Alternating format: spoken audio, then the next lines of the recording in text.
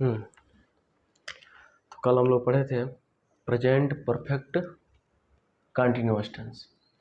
Present perfect continuous tense का मैंने पहचान क्या बताया था? रहा है, रही है और और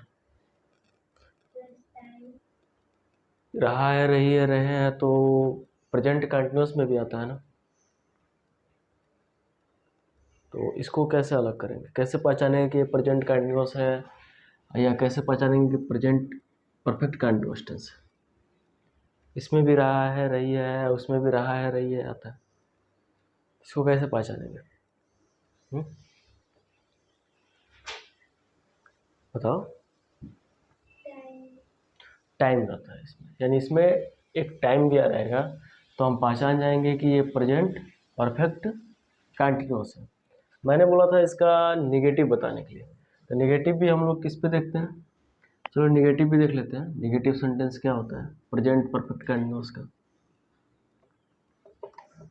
सेम बाकी सभी के जैसा ही है ये भी, कि हम क्या करते हैं, हैज या हैव को आगे कर देंगे। किसको आगे करेंगे? या हैव। अब प्लस हो जाएगा तुम्हारा, सब्जेक्ट हो जाएगा, ठीक है ना, प्लस बीन। बाकी जो बच जाएगा उसको आगे लिख देंगे। अब प्लस वर्ब का फोर्थ रूप, अब प्लस ऑब्जेक्ट। प्लस हमने क्या बताया था, सिंस या फॉर, और प्लस टाइम, ये होता है।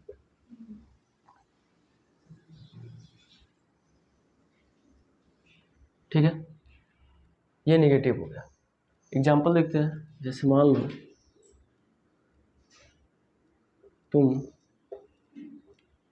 सोमवार से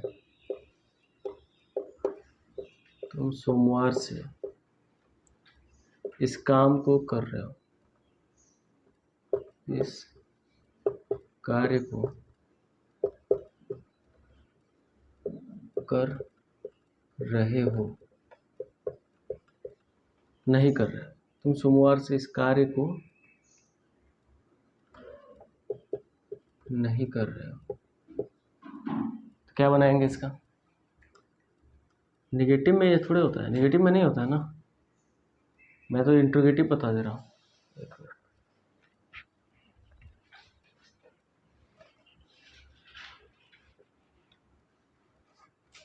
नेगेटिव में क्या होता है, सब्जेक्ट होता है प्लस हैज या हैव, इसके बाद से नॉट लगा देंगे, ठीक है। और नॉट के बाद से क्या आएगा, बीन आ जाएगा, प्लस वर्ब का fourth form, plus object, plus since या फॉर, और प्लस टाइम हो जाएगा। ठीक है, तो ये हो गया हमारा प्रेजेंट परफेक्ट कंटिन्यूअस टेंस का नेगेटिव सेंटेंस। अब इसको लिखते हैं, तुम सोमवार से इस कार्य को नहीं कर रहे हो, तो क्या बनेगा इसका? सब्जेक्ट, सब्जेक्ट क्या है इसमें, यू। यू के साथ क्या लगता है, हैव, उसके बाद से नॉट, उसके बाद बीन, उसके बाद करना का डू होता है, डूइंग इस कार्य को, यानी डूइंग दिस वर्क। अब लगाएंगे सिंस या तो फार, क्या लगाएंगे, सिंस लगेगा। सिंस क्यों लगेगा, क्योंकि सोमवार क्या है, एक पॉइंट ऑफ टाइम है, निश्चित समय, सिंस मंडे। आ गया समझ में? अब देखो, तुम सोमवार से इस कार्य को नहीं कर रहे हो, तो you have not been doing this work since Monday.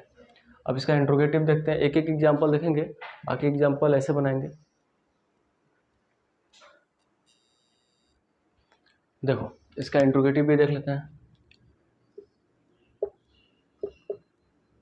Interrogative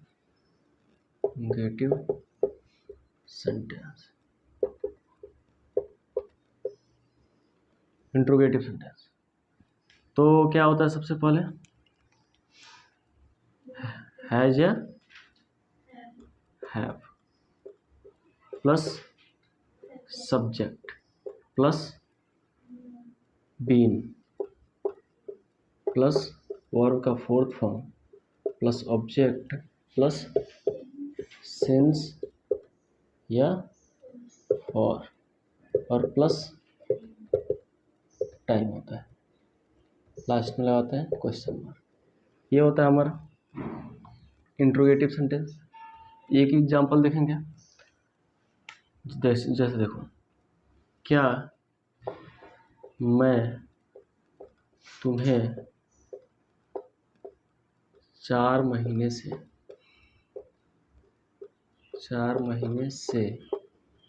पढ़ा रहा हूँ।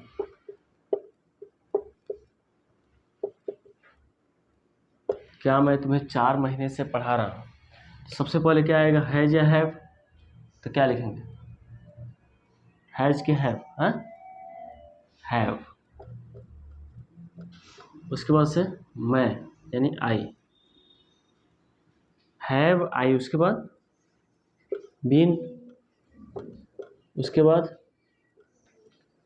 हैव आई बीन, वर्ब का फोर्थ फॉर्म, पढ़ाना का टीच होता है, तो क्या हो जाएगा, टीचिंग तुम्हें, यू।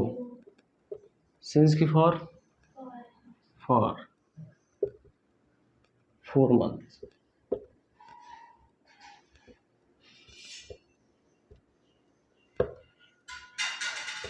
ठीक है, तो ये हमारा हो गया, क्या मैं तुम्हें 4 महीने से पढ़ा रहा हूँ।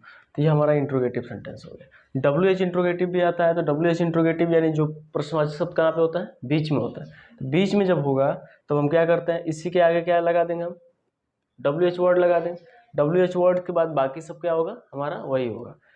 तो ऐसे ही बनेगा, बस इसके आगे अगर मान लो कि WH वर्ड इसमें आ गया तो इसके आगे WH वर्ड जोड़ देंगे, बाकी सब। जैसे मान लो आ गया कि मैं तुम्हें 4 महीने से क्यों पढ़ा रहा हूँ, ऐसे आ गया, क्यों बीच में आ गया। तो बस यहाँ पे हमको आगे हैव के आगे क्या लगा देना है, वाई लगा देना है।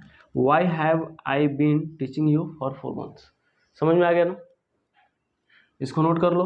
प्रेजेंट हमारा खत्म हो गया, यानी प्रेजेंट का चारों पार्ट हमने पढ़ लिया। ठीक है, अब हम लोग कल से पास्ट शुरू करेंगे। पास्ट के साथ साथ ग्रामर में जैसे पार्ट्स ऑफ स्पीच हो गया, सेंटेंस हो गया, इन सभी चीज़ों को हम लोग कल से स्टार्ट करेंगे।